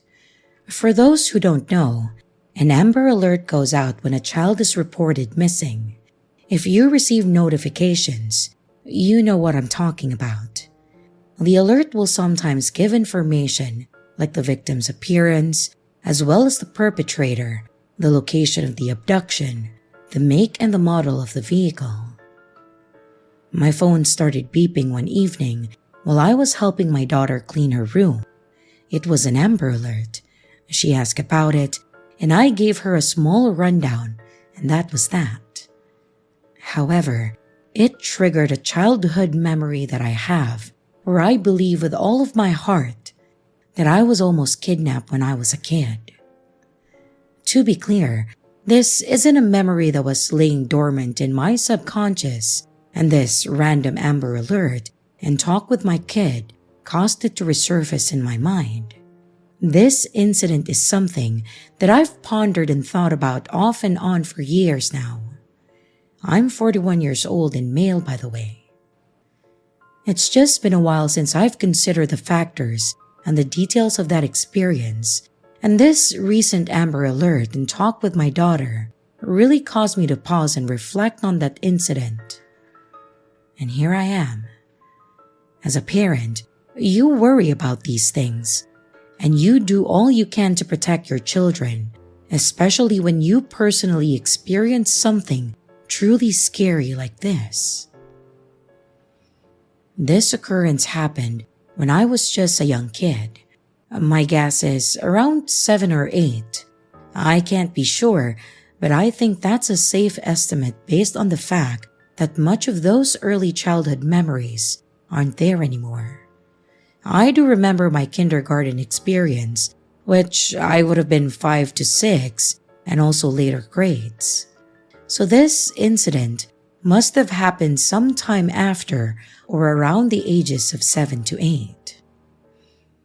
My parents took me to a neighboring city to do some shopping. We lived in a small rural town with not much to offer, so from time to time, we would go to this neighboring city about 45 minutes from where we were located. It just had one more to offer. They would take me up there for school clothes shopping, out to eat because the restaurants were better there, and because my mom was a crafter. She loved to make crafts. It was her thing. There were different craft stores and also a fabric store that she liked going to up there. In this specific trip, we went to a fabric store up there, Jo-Ann Fabrics to be exact. This was a pretty big store. And as a little kid, I guess most every place seems big, but no kidding, this was a sizable store. My dad sat out in the car while I went in with my mom. He did that a lot, sit in the car, when there was a store that he just didn't want to go in, so I really can't blame him there. I can't recall exactly what all my mom was looking for or trying to get in that store that day, but I do remember what section we were in. It was an area with a bunch of racks with various fabrics hanging. Imagine a clothing store with circular racks with clothes hanging around them, and that's pretty much what it's like at this fabric store. Racks of hanging fabrics. I remember this area being slightly toward the beginning or entrance of the store. As my mom was looking through these racks, I began to wander, though not that far, just enough to kind of look around myself. I was probably bored and started wandering around is my guess. But I could still see my mom just up and over a few racks away, so it wasn't like I was on the other side of the store or anything like that. But then, a random man approached me, and honestly, I can't even remember at what direction he came from. It's just like I was there by myself 1 minute, and the next, I looked up and I saw this guy. It was like he came in fast and out of nowhere. I quickly looked over to where my mom was. She had moved a few racks up and away, but I could still see her. There was a fair bit of distance between my mom and me at this point. So here I am, standing behind some rack of fabric, with this older guy opposite me in the other side of this rack. But then he speaks to me. He said, "Hey little boy, how you doing there?" I remained silent because this took me completely off guard. He asked again, "Where's your folks at? Are you alone here?" I stood still and quiet. Come here. I got something to show you." At this point, he started advancing towards me, coming around the rack to where I was. I quickly started the other way, but he stopped and started coming around the other way as if to meet me in the middle. I was scared at this moment and became instantly aware that this man seemed dangerous, like he was trying to get a hold of me. "Come here," he barked. I jerked as fast to the left, but he did the same. He had this wild look in his eyes now. Whichever direction I went, he followed. But remember, there's a rack between us. And God, am I so thankful for that rack. After some back and forth movements from me and this man, I finally lock in on my mom and yell, "Mom, help!" You would have thought I screamed bloody murder. It was so loud, but it got my mom's attention. "What's wrong?" she asked. This startled the man, and he looked over his shoulder in the direction of my gaze and confirmed that, yep, that must be his mother. His demeanor completely changes, and it's as if everything is just fun and games, and that he was just messing around, and he said as much to my mom. "Oh, I was just messing around with him. No harm, ma'am." My mom came to me where I was, and as we reconnected, the guy just tips his hat at my mom and makes his way out of the store. I explained to my mother what just happened and that this guy was trying to get me. I was so upset and shook up. She told me that I did the right thing by yelling and getting her attention. It was terrifying for sure, and I'm thankful that something crazy didn't happen. Could I have been imagining things like maybe this guy was just really messing around? I very much think there were nefarious intentions there. Why would a random older guy be perusing a fabric store? If he was there for something like crafts or fabrics, why promptly leave when confronted? I truly believe that he was up to no good. Anyway, that's my story, and I appreciate anyone taking the time to read this. Hello everyone, it's your creepy sister here. Thank you so much for watching the video. I really appreciate it. I would also like to give some extra love to my Patreon members, my channel members, and also my tippers. Thank you so much. If you would like to extend a little bit more support for the channel, don't forget to leave a like and a comment down below. If you would like to become a Patreon member, a channel member, a tipper, or even to buy merch, check out the links in the description below. Again, thank you. And I hope you stay scared because your fear feeds me.